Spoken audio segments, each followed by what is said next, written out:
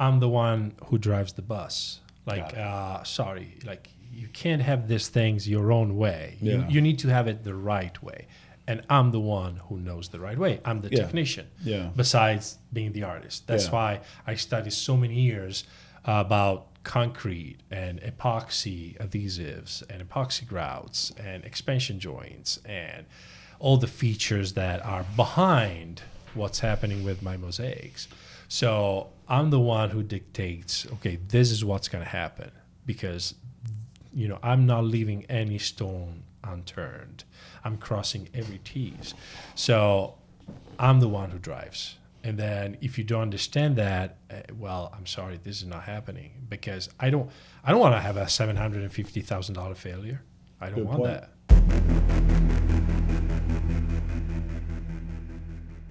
Hello, Tom Levecki here. We're back with the New Theory podcast. Danilo Bonazza is returning, the mosaic, probably the top mosaic artist in the world. How you doing, Danilo? Very good. Thank you for having me back. It's my pleasure. He's like a regular guy with the accent and all. I love it. Love it, man. I love it. And then Steve Griggs is back. Griggsy, welcome back, of Steve Griggs Design. 5 ways to avoid disasters on your outdoor project. Welcome back, Steve. Hey, Tom. All right, we're going to jump right in. Okay, so if you saw the first podcast, we talked about mosaic design, and candidly, just the design itself could be $300,000, not including the pool. In the pool and everything else, you're looking at maybe $500,000, $700,000 backyard. What I want to talk about today is, and we'll start off with Steve, is when you and I are regular guys, right? We grew up regular guys. And when you started escalating your business and started selling backyards that were $250,000 and up, how did you reconcile that like a backyard was $250,000? It's all relative. Yeah. It's all relative. It's, not easy, but I think the people that have, always give them credit for working hard. I always like to find out what they do for work. Yeah. Because I always appreciate people working hard. If they can afford some nice stuff, why not? Why not? Like his artwork. It's a piece of artwork. It's one of a kind, Like I tell people, you can get just as wet in a Target blower pool as you can in one of his $500,000 pools. It's really what it's all about. Well, I remember I launched a store, a UPS store back in 2007, literally the day like we opened, the financial crisis hit. And I remember somebody coming in and sending like donuts overnight to their daughter at school. The donuts were like $80 to send, and the donuts were maybe $8 in donuts. And I said to myself, these people, and I kind of knew who the person was, a very wealthy hedge fund family in Summit, New Jersey. And I said to myself, you know what? I'm not going to count people's money. If they got that money, God bless. If this is how they want to spend it, they spend it. So Danilo, growing up, like say in Italy and becoming an artist, how did you kind of translate your artistry into a successful business? Well, especially in the art field, is very difficult. I can say that I was close 3-4 times probably in quitting. Fortunately, I didn't. One of the reasons why I didn't is because I'm extremely stubborn. So when I want to get something, I just go get it. I have a little philosophy thing. I believe that if you have an axe and you're swinging it enough times, the tree will fall. Yeah. Some people need just swinging it once. Some people maybe 100. But if you keep swinging it, sooner or later the tree will fall. So I looked at myself in the mirror when I was young and poor and struggling, and I decided I just need to be better. I'm not good enough, so that's why I'm not succeeding. I need to be better. Once I'm better and I can really go through all the details and knowing the ins and outs of every single aspect of what I'm doing, then I have power. And that power will translate into success. People will understand what I can bring to the table, and that's pretty much what happened. So Steve, for Steve Griggs Design, and how long you been in business for? 40 years. 40, okay. You don't get age a year over 41. Yes, Keeps getting younger and younger every time we see him. So my question is, when did you hit that like critical mass? Like, when did you doing $20,000 jobs and then just like escalated up? Was it 5 years, 10 years? When did you really kind of hit your stride? I get asked that all the time. Yeah. I get these new guys. Hey, how do you get the big jobs? Yeah. Big jobs are not always better. Yeah. They take longer time. People are more demanding. And it wasn't just an overnight. Just slowly. Like he started doing a bathroom, right? Yeah. You did a bathroom. No, originally I was doing a little mosaic for the grandmother that wanted her nephew or like her niece and You think you a got a little call? portrait for like $30. That's what I was doing. And then, Is your old stuff worth money now? Like, are you at that point of your artistry or not yet? I don't know. I'm still alive, so maybe not. Well, I was going to say, if you kill, what I was thinking of doing is have him do a little small one and then just bumping them off. It's just a He joke. didn't get a call one day. He did something for his aunt. Next day, he got a call from the Vatican. Doesn't work that way. Yeah, well, let's talk about that. Let's talk about from both of you. We'll start with Danilo. Give us the $30 mosaic to the Vatican call. Fill that period up. Well, as I was mentioning in the other podcast, in the other episode, that I was called by an architect to do a project in near Geneva in a big hotel. So that project at that time, 95, won award as the best renovation in Europe. The architect took all the credit, and he gave nothing to me, but then the architect needed another big mosaic. So then I started using a little bit of leverage. Okay. I need my name exposed. And, there was a little battle, like contractual, like business-wise. But then, I was able to get my ways. So from that's dummy tax. We all pay that. Meaning, now if you would do that project today, you say, hey, I need the right to market it or whatever that is, or pay you for exclusive. Yeah, I didn't know. We all pay dummy tax. Yeah. We all do. Yeah. So you call it dummy tax? Starting from that architects and then word of mouth and then a few little things here and there, still doing just little bathrooms and then maybe once or twice a year, 1 or 2 big pools and then 3 and then 5 and then in Dubai and then in Saudi Arabia and then I got a call in from a project in Japan. That's actually how ultimately I ended up here in the States. And these are referrals, correct? Referrals, yes. So I was here in the States for big projects, and then I met the love of my life, and I decided to jump. And you met her in Italy? No, I met her here. Oh, she's American. I was here for a big project, yeah. Oh, wow. A big project that lasted a year, more than a year. Oh, that's right. I heard that in the podcast. You basically gave up everything in Italy. Yeah. And moved over I had to here. decide, like, she would jump or I would jump, but Yeah. she was finishing her study and her own things, and I decided that I still travel all over the world. So if my starting point is Italy or New York, whether it's Malpensa or JFK, what's the difference? Yeah, I've been traveling for 35 years. He's been at this a while, so I think it's like if you dedicate it enough and put the hard work in, this is what can happen. And it seems about like vicinity, meaning you're just kind of working with this guy, that guy, this girl, that girl, and then all of a sudden you get that big project. And then I started doing big renovations in my town of Ravenna, a lot of the mosaic restorations. Yeah. Then someone called me from there to restore some of the mosaic in the Vatican. So they saw the results that I did in some of the biggest churches, in Ravenna, and then they were like, "Well, this must be the guy." So then I ended up working there, and then other big projects. This question for both of you. I'm going to ask Steve first. And Steve, on his first podcast years ago, back in 2018, answered this, but I'd like for him to answer again. To this day, I still discount, and I know I shouldn't. What do you do when somebody asks for a discount? How do you defend your price? Oh, it took years of just growing up. Come on, when growing up where we grew up, it's in the head game. I'm sure when he started out too, it was like, who's going to spend that kind of money on this, right? Until you get the confidence in yourself and to build it up. There's no discount. But there's also an understanding and changing in the marketing, right? As I said, in the 90s, nobody wanted to invest 50 grand in a bathroom. Sure. And then few projects started happening and few magazines were showing some of the beautiful bathrooms. So people were like, oh, I like that bathroom. I want to have it in my home too. I don't want that crappy bathroom. Let me invest a little bit of money. So the market changes and then you ride the wave, right? So you try to be ahead of the curve all the time. That's what I try to do, and I believe I am. But at the same time, there's a phenomenon happening that people have money and they like to invest their money in beauty.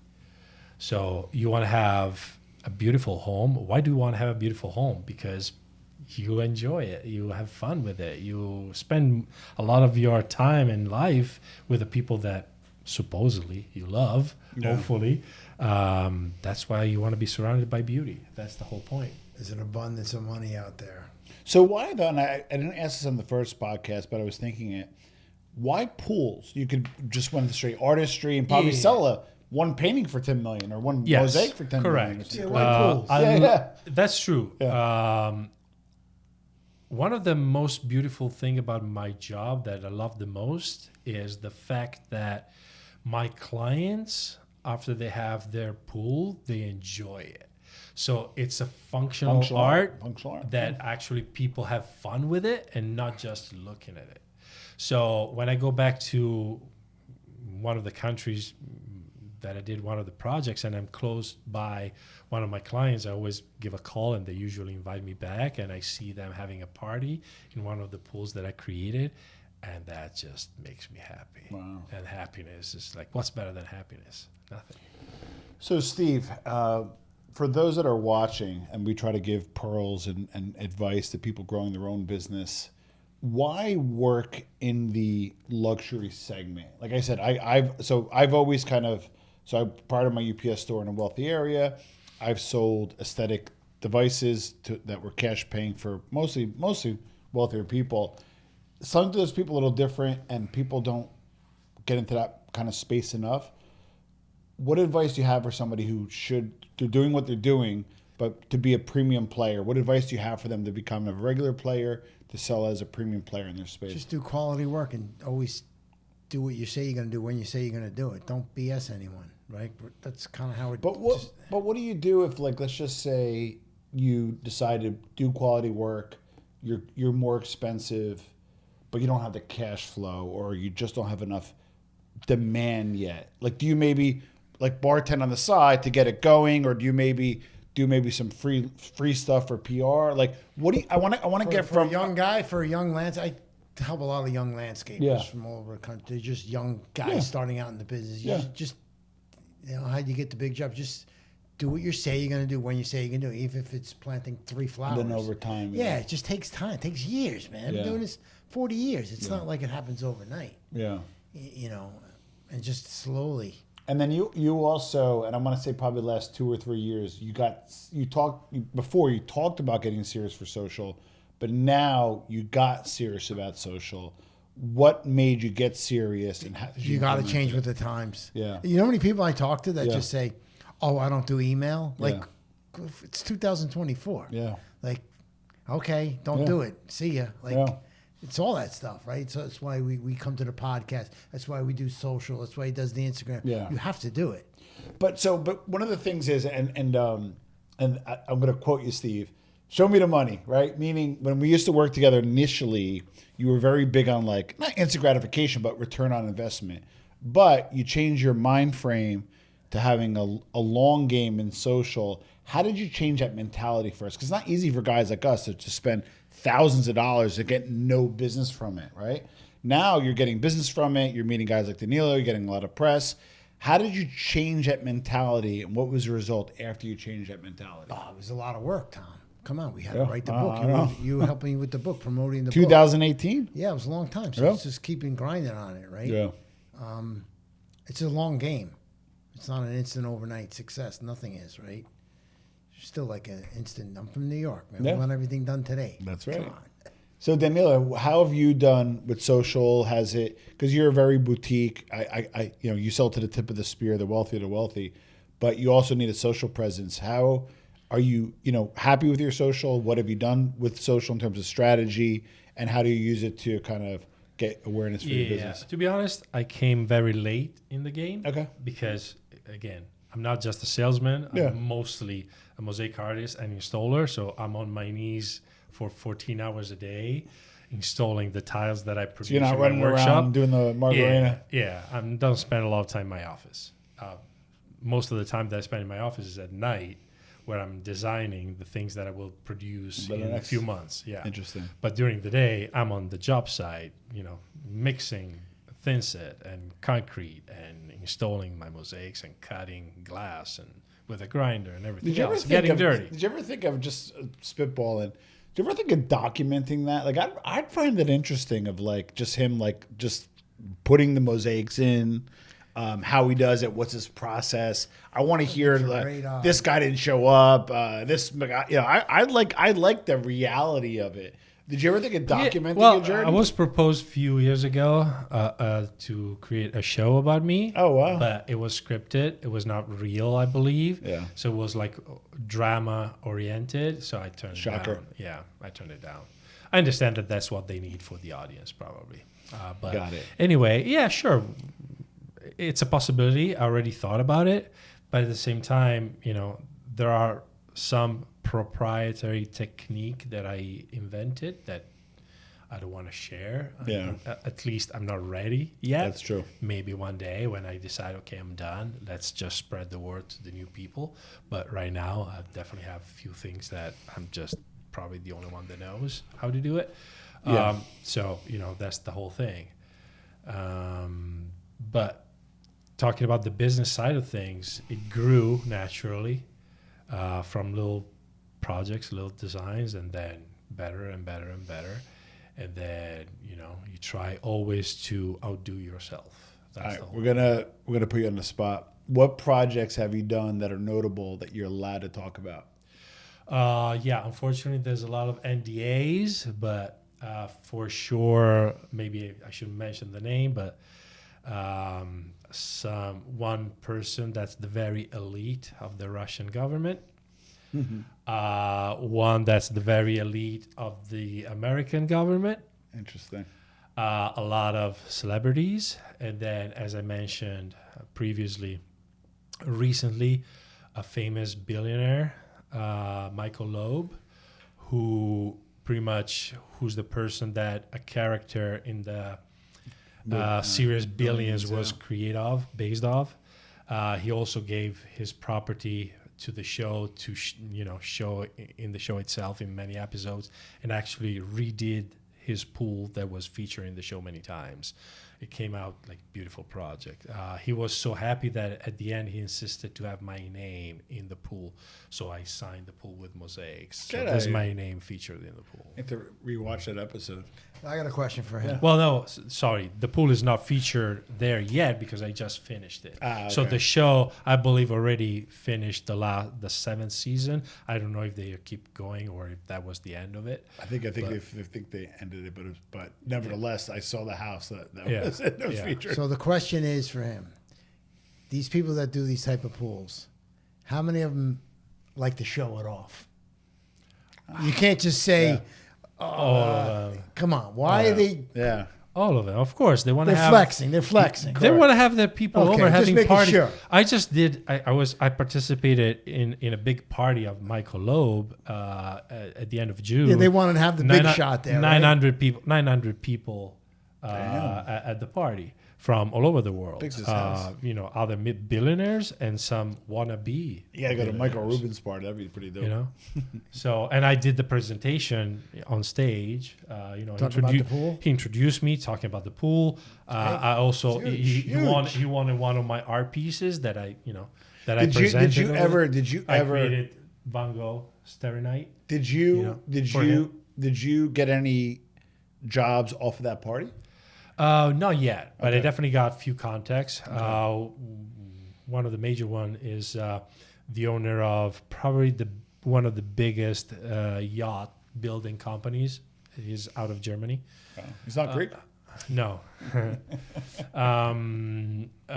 But again, in my line of business, projects don't happen overnight. Takes months to just figure out what they want. Let's talk about that because you guys are both in a long game, right? If you have a sale, you're talking $250,000 to $1 million sale. I'm respecting both businesses. Give us some advice on how to be patient and play the long game and develop relationships and to eventually close these people. I mean, when I do a project, it's the whole construction. I'm designing the pool, building Correct. the pool, doing that. It takes 6 months just to get a permit. But you don't. But not just that. You don't get a call. Like when you get that call to do business with somebody, right? They don't pull the trigger right away. How do you develop and cultivate the business relationship for them to trust you? It's referral. Okay.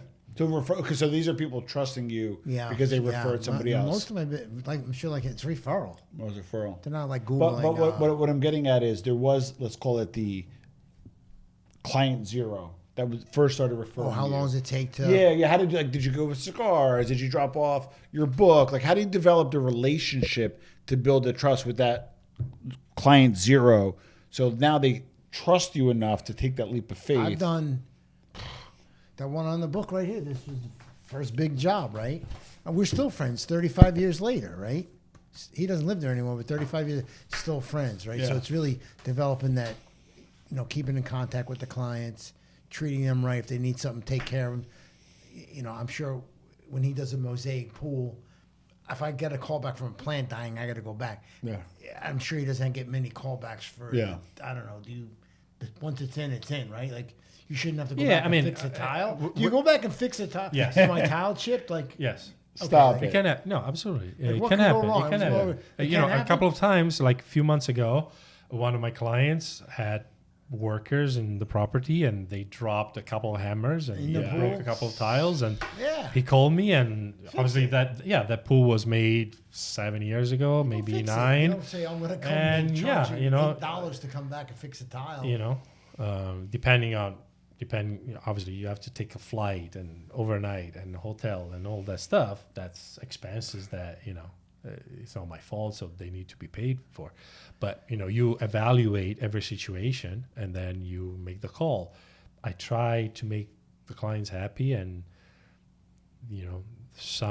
most of my new projects have come from other clients that I already did work for. So why not keeping them happy? But is it so? And maybe things change over time. But is it about relationship? Is it about work product? Is it about both? You get where I'm going? Like, remember the old days, if you wanted to do business with somebody, you maybe have a dinner, or you have a cigar, or you hang out, or you get to know them a little bit. Is it really more about the product now and less about the relationship, or are relationships still important? I'll have Danilo. The way that I like to conduct my business is all those combined. Okay. It's the product. Yeah. It's the final product. Yeah. But I need to like the client and like the project. If one of these three or two of these three are not on par of what I try to have as a project, I walk away. Interesting. I need to like the client. I need to be engaged and liking the project. I can't. Well, you also hang out I work for 8 so months. hard. You too. You're I hanging out for 6 work months. so hard every day on a project. Yeah. Very, very, extremely hard. And I need to like what I do. Hey, Danielle, It's not just about the they ever come out and say, that tile's crooked? Sure, it happens, but sometimes it's part of the beauty. Take a look at the ancient mosaics. That's a good answer. No, they don't come out and say, hey, that's it's crooked. handmade. It's handmade. So the whole thing has to look beautiful, not just one single thing. That's a good answer. It's like, do you go to examine every single stroke of Michelangelo? His or- OCD goes away when they find the wrong one. the Mona Lisa is beautiful, but look at that corner over there. Why is it that shade of blue? No, you don't do that, right? That's So- brilliant.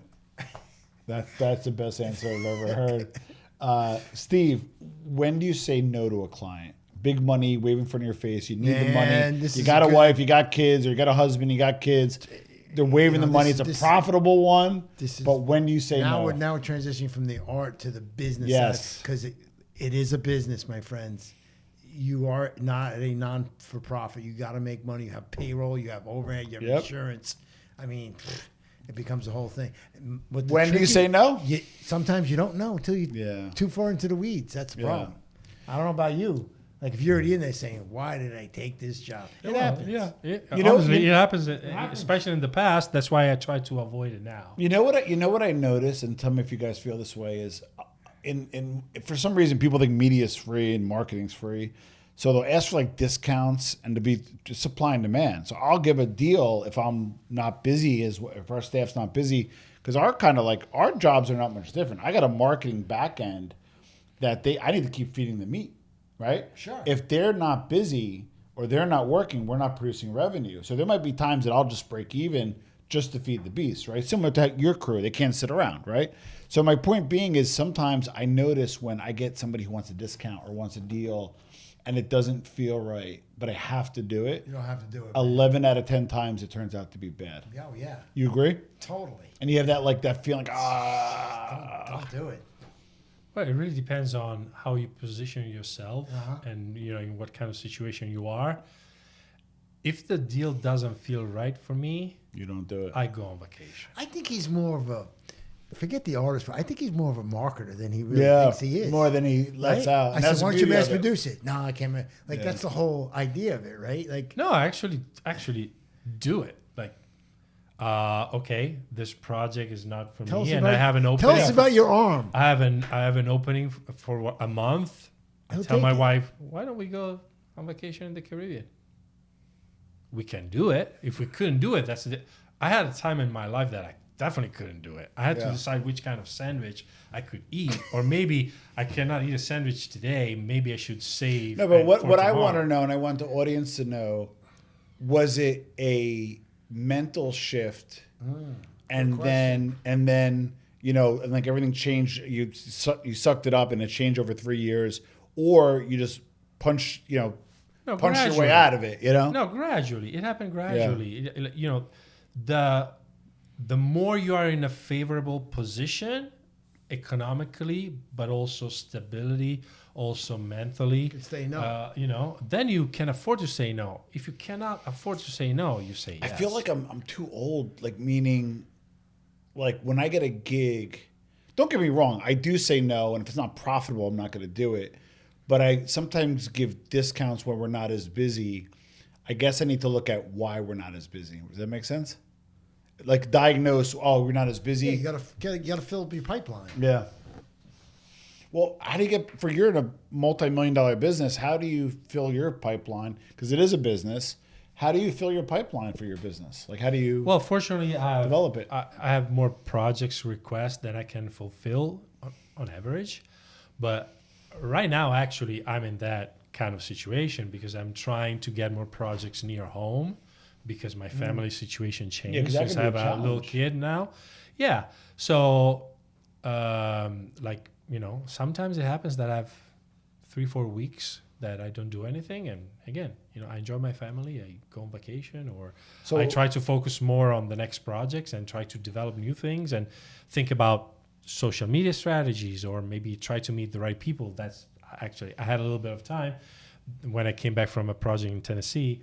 That's how I met, I decided to meet with Steve and ask him if he could do it. And fortunately he could. And we started, talking about eventual collaboration, what we could do. And that's, what I focus when I'm not on my knees and spreading not on his knees. Epoxy adhesive for so for Steve, like you brought your business after 40 years to a certain level, a really high level, but you're grinding every day to make it to that even higher level. Yeah. For your business specifically, is you're somewhat geographically driven.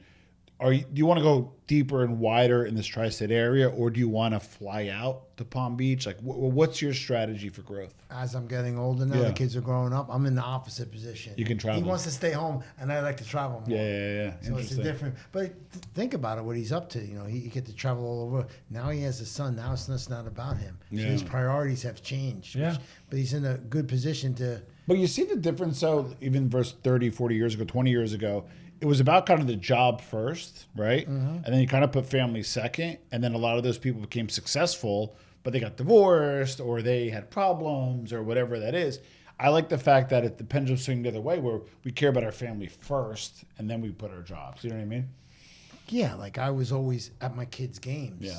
I always made it a priority. Go to the soccer game. That's amazing. Always made it a priority. But then I have to work on a Sunday, which is fine. But you just kind of move it around. You trade it off. Yeah. It's a balance. It's a balance. But then how do you have work like for example for yourself? If I'm giving you a $750,000 check, like I need you here this day. I need this. I need this and this. And like I'm calling you at midnight. Like how do you balance servicing that high end client? Well, because my projects are so peculiar that I'm the one who drives the bus. Like, you can't have these things your own way. You need to have it the right way. And I'm the one who knows the right way. I'm the technician, besides being the artist. That's why I studied so many years about concrete and epoxy adhesives and epoxy grouts and expansion joints and all the features that are behind what's happening with my mosaics. So I'm the one who dictates, okay, this is what's going to happen, because I'm not leaving any stone unturned. I'm crossing every T's. So I'm the one who drives. And then if you don't understand that, well, I'm sorry, this is not happening, because I don't want to have a $750,000 failure. I don't want that. Well, let me ask Steve a question. Takes control of the company. You see that? Yeah, he takes control. Yeah. We learned about this. He is in control. Yeah. Of the experience. The client's not in control. Well, so this question goes to you, Steve, and you seem to be getting better at this, and I got to learn. When you're in the service, and I know your product, but you're in the service industry, and you and I are always available. We can text each other, send So we're wired to receive calls and texts at every time. But how do you have boundaries with somebody who's paying the freight, not the client who's cheap? Actually, like, because I look at it this way: I want to do clients that they get 24/7 access, but they're paying the freight. It doesn't matter. You make fun of it. Yeah. I'm not a heart surgeon. Yeah. You're not dying on the table. Come on, man. Really? You're going to call me on a Sunday? Usually you don't answer the calls on the Sunday. Yeah. I have certain clientele that for religious reasons I do, but yeah. I get it. Yeah. And I say, please don't call me on a Sunday. I don't call you on a Saturday. They get it. Just be upfront. So you're straight up about it. Straight up. How long did it take you to get to that point? Because the old Steve would have been out there Sunday with the hack. Yeah, I just tell him, I don't know, 20 years. 20 years, yeah. Don't call me at a soccer game. I'm at a kid's game. I'm not answering my call. So this goes to Danilo. So in the first podcast, I'm going to put a link below. Make sure you guys watch it. Danilo talked about how he grew up in a situation where he was encouraged to do something more traditional, but he found his artistry. What do you say to somebody, a young guy like Julian or who's here or whoever, much younger than me? Hey, you know what? I know you want to make money, and I know you want to do this career to keep maybe your family happy, or you got to feed your children. But how can somebody really pursue their passion? Well, try to be the best you can be in everything. In your job, as a husband, as a friend, as a father, as a son. And we fail. Everybody does. But it's not about failing or not. It's how you come back. So it's all, tries. Try one time, and next time you should try a little harder and make sure that it comes out better. So if you want to become a professional, be a professional. Be a professional means working hard every day to improve yourself in every aspect of your business. Knowing and studying and reading the more you can about every single aspect, becoming a technician and being proficient, and then over the years getting experience. Failure, they have to be considered not just failure but teaching moments. So next time you'll do better, and sooner or later you will succeed in what you do. If you really believe in it, you have to believe in yourself. Sometimes it's really hard, but you go through hard times. But again, keep studying, being a student of your business. Do not ever think that, I'm done, I achieved the top. No, it's not true. There's always a better. You have better days, you have worse days. Just manage them the best you can, knowing that, you can always improve a little bit. And next time, try to do a little more. Like qualitatively, not just quantity. I believe, at least in my line of business, the way that I created my business, quality is priority over quantity. Always, right? Yeah, in my line of business, the way that I see my business is always quality. What you went to quality route too, though, but you could have went either way. You could have had 300 accounts paying you X amount per month, or you could have did the $20,000 lawn and do 20 of them a year. You went to a quality route. Was that always the case, or did you try quantity and it wasn't for you? No, you just like what Daniel was saying. I got 2 kids growing up. Yeah. You got to do what you got to do. Like I cut grass. Yeah. Whatever it takes. Yeah. And I find that as we're all parents, right? Like, when you're single, it's just about you and yourself. Now you got people looking at you. Now it's not, right? Now it's not about you. So, okay, I have a little piece of advice Please. Regarding this, which at least in my experience, that's how it worked out really well. So I never compromised. So since the beginning, I always wanted to do quality work in my business, the business that I wanted to succeed in. So every time I needed some extra money wise, I was doing something extra on the side. So I never wanted to become, a professional in being a waiter or being something else. I was just doing it I was trying to do it to the best of my abilities, but I was doing it for just money reasons, right? But how to do you be able stay to engaged, cover the though? gaps. How do you stay engaged real quick, though? Because I have a quick story because I have ADD. I had a pretty high-paying corporate job, and I separated from that position, and I started X Factor, my company, part-time, but I was selling like devices like during the day, right? And I still did pretty well, but my engagement level was nowhere near where it needed to be, to the point 9 months into the job. I remember this yesterday. Lavo, which closed, but I was at Lavo at NYC having lunch with the CEO, and he sat down to me and goes, "This isn't for you, is it?" And I'm like, "Nah." And I resigned respectfully, and I went on, and my business grew. But like, how do we stay engaged with that side hustle? Because you still got to be engaged. I just couldn't be engaged when my passion at night was X Factor, marketing, and then the day, hey, you want to buy a machine? How do you get engaged in that side hustle? Well, my suggestion is trying to choose something that you kind of like, not something that you despise, which I actually did. Yeah. I was a waiter for 4 years and I really hated it, especially the last year. And I just did it for money. But at the same time, your mindset should be, I have to do it anyway. Yeah. So why shouldn't I try to kind of like enjoying it or at least being good at it? Since I'm spending 5 hours here anyway. Might as well be good at it. Yeah. Yeah. That's, if you try to be good at it, I think also those 5 hours, they are easier on you Yeah. and they probably go quicker. So at the end of the day, if you try to do good, people will recognize it and they will give you less of a hard time if it's not the business that you want to be involved in. Yeah. And also just it's easier on you. I have a crazy question to ask you. Go ahead. When should you give up on the dream? Yeah. Say chop the axe, right? Yeah, Keep I was swinging. closed 3 or 4 times. Wow. For money reasons. It was really hard. I don't know. I'm maybe not the right guy because I did not give up on my dreams, and I'm living my dreams. How close were you to giving up? Very close. Actually, one time I quit for like 6-7 months, and I went to like corporate business. Oh, hated it. And I hated myself. I couldn't sleep at night. I just I cut out like many relationships and things because it was like an awful person to be around. So I didn't want to be around people because I think they deserve better. But then I was like, at a certain point, I was like, it's gonna happen. It's all a matter of time. I'm strong enough to take on a second job to survive. I don't have to, thrive, but I have to survive until I make it happen. It took years, but then at the end, it happened. So I believe in consistency.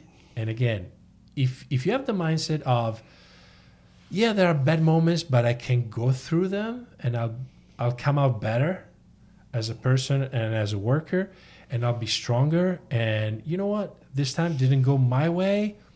Let's be better at it. Let's improve myself. Next time it will be better because I'm a better professional. Keep swinging the axe. You ever come close to packing it in? Yeah, come on. He's like, yesterday I thought about it. No, just kidding. No, 2007, 2008. It was rough. Yeah, man, it was rough. I had a specific insecurity, and you guys, you being half Italian, you being Italian, when you have Italian parents or Italian upbringing, the family has a lot of influence, So when I left my corporate job, I was making good money. Sometimes too many Making influence. good money, making Too much. $300,000 a year, and you get the side after the espresso, like, oh, you should maybe go back into corporate, or are you going to go back, or hey, you should go back for a little bit while you're doing your little taste, and man. it gets tricky. And the truth is, I actually sat down and I said, if I stayed in corporate, right, or if I did what I did, I probably would have more money if I stayed in corporate, but I have freedom. Mm-hmm. Like I get up when my son gets me up, but I want to be with him to get up. My point being is like, I don't have an alarm clock other than a human alarm clock that's named Thomas. Like I can't put a price, and as I got older, I can't put a price on that freedom that you get by having your own business. So for those that watch me or watch us, like if you're never too old either. Like I'm 48 and I'm learning more and more every day. And I don't know. I just think that, and the other part is I want to speak to entrepreneurs, which are people that, I get it. You get the benefits, you get the car. If you're in sales, you get the commission. Maybe they shouldn't have their own business, but they have control of their income and they work for a company. What advice do you have for the entrepreneurs? I'll go with Danilo first. Well, first of all, not everybody has to be an entrepreneur, right? So you have to evaluate what you want in life. Yeah. You want control. Yeah. You want to decide your own schedule. Yeah. So it's, again, you have to evaluate what's important for you. Money is one of the factors, but freedom of deciding your schedule and taking decisions and deciding, okay, I'm going to talk to that potential client. I don't want to talk to the other potential clients. So all these are factors, and you have to try to look into yourself, understand what kind of person you are and what you want from your life. Yeah. It's like, you're choosing your partner, right? Yeah. You try to choose the best, what fits you better. Yeah. Maybe somebody that's not like you, but complements you. And so you find the right balance. So depending on the kind of person you are, then you should really be honest with yourself. Yeah. Actually, it's very important, which is very difficult. Sometimes we are not honest with ourselves, right? True. We lie to ourselves all the time, saying like, I'm much better than this or I'm much better than that. It's hard to say I'm not good enough. It's hard to say, yeah, I should be better, but that's the key. If you're able to say that and act based on that, then you will become better, because you want to reach that point where you are better than you are today, right? So you work on yourself, you improve, naturally things will fall into place. That's what I really believe. I got a question for Steve, and we'll be wrapping up soon. But so, Steve, your last 10 gigs, right? The people that are cutting you the check, what percentage were entrepreneurs, had their own business, and what percentage were the high earners, like a doctor, lawyer, STEM, architect, engineer? Of them, business owners. One thing to reflect on the business ownership. Yeah. It's freaking lonely. Yeah. It's freaking hard. Yeah. Don't watch Instagram tell you how you can be your own. It's freaking lonely out there. It's you against the world. There's nobody. You have a few close people rooting for you, but most people want to see you burn, right? That's so you true. gotta, you know what it's like. You gotta keep tough. Most of them are self-employed. Yeah. Interesting. Yeah. Real estate, Yeah. nursing homes, hedge fund, that kind of finance. Yeah. Got it. So it's not the high-powered lawyer who... It's occasionally, but it's Got it. mainly, if I had to think of the 10 gigs, 8. So to get wealthy, you need to have your own... You have to but you gotta hang your own shingle. But those clients too, most of the ones that are business owners act like business owners. That they want it done on time. They don't want to get ripped off. They have a certain, they can make quick decisions. Yeah. They're easy to work for. I was going to say because they They're not micromanaging. Yeah. Without throwing any profession under the bus, what has been the hardest profession to deal with? Doctor. Yeah. Know it all. So I was helping a plastic surgeon get a Ferrari. The guy I was telling you about, we're a family friend, has Ferrari dealerships. And when I went there to help him get his Ferrari, he kind of grimaced. And I said, well, what's wrong? Plastic surgeons make a lot of money. He goes, I don't like selling to people who make money with their own hands. He goes, I like the factory owner. I like the person who has a business that makes money, like not passively, but makes money doing like for other people. Those are easy to deal with. He goes, when you sell to a plastic surgeon, they make money with their hands. They value their money almost too much. And sure enough, it was a pain in the ass deal and wasn't worth the time, which is another discussion. But I do find interesting that how people make their money, that you on one hand do it yourself, and you on the other hand, although you do some stuff yourself, you do it for other people, but you both are successful. And that's what I think one of the takeaways are. So Danilo, I'm going to give you, before Steve, the second to final remarks. You want to say to anybody watching the show? Well, first of all, thank you very much for having me over. It was a pleasure. It was great. Hopefully, we can do it more in the future. There's so many aspects. I want to go on site. We didn't even touch. Yeah, we can figure that out. Well, I hope people engaged and especially learn a little bit more about the world of mosaic, which has 5,000-6,000 years of history. very fascinating, I believe. It's connected to the Roman and European history,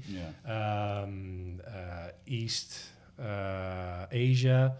So very ancient, very particular. There's a lot of people that dedicated their lives, and I'm just a little drop in the ocean. I'm one of them. Drop The in the humbleness. I think we need to do a live in Ravenna. Go to the. That'll be nice. That'll be nice. Steve, we'll give you the final words. Just looking forward to building collaboration, and we want to. The goal here is to get in more in New Jersey in the Northeast, so Danilo can spend some more time with his new son. He's 3 years old. Doesn't want to travel so far. Right here in New Jersey.